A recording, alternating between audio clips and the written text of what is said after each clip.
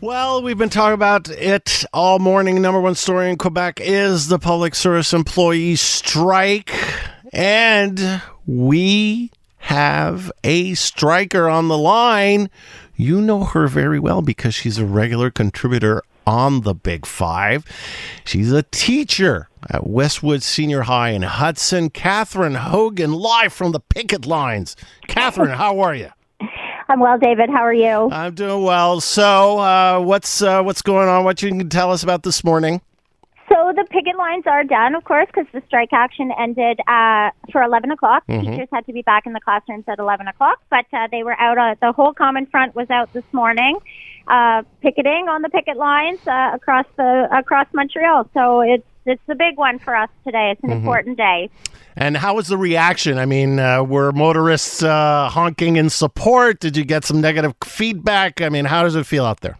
Oh, yeah. I mean, we had some honking in support. I live a little bit in a quieter area. Mm-hmm. Downtown areas, of course, have a lot more high traffic in the morning. So, but we do have support. Hopefully, parents are seeing that.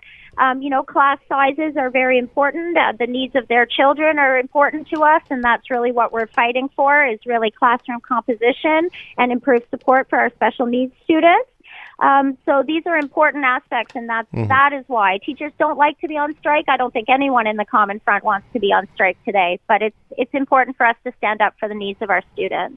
So, and you're used to this type of criticism that's directed to teachers and the teacher unions. Sure. I've gotten listeners, through texts and through calls saying, well, these teachers, they have fat pension plans, 2 months off, we don't get cost of living increases in the private sector.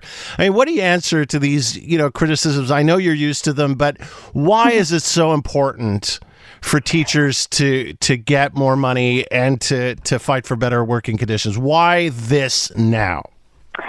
This now, I think, because the government really is not coming forward with where they need to be. They're not coming forward in terms of a fair and reasonable salary that matches the Canadian average, but also, and more importantly, they're not coming forward when it comes to what we are telling them about classroom composition right now. And I think that parents do really need to know that when people go on strike, and especially with teachers, it's not always about the salary and it's not always about the pensions. It really is about our daily life, and classroom composition is becoming a lot more difficult. We have a lot more needs and less support for our needs in the classroom, and we're really out there, taking a hit. The teachers are taking a hit today in their salaries in order to stand up for what they do believe in, and I think that it's important to know that we've really come to a point where a strike mandate was the last option, and to see how high the percentage was for people voting in favor of the strike this time, I think we can really see that this is the last resort, and the government needs to come forward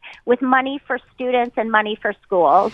So just give us an idea. I mean, because the government is saying 15% is a lot. I mean, what is a lot in terms of a teacher's salary? I don't want to talk about you specifically, right, but what scales are we talking about here? Well, they're going to say 15% is a lot. They came through for the firefighters. So certainly they're not going to give us, I don't think, what they did for them. I think they'll probably come in more around 8 or 9%, hopefully. But, yes, I think that teachers do need cost of living.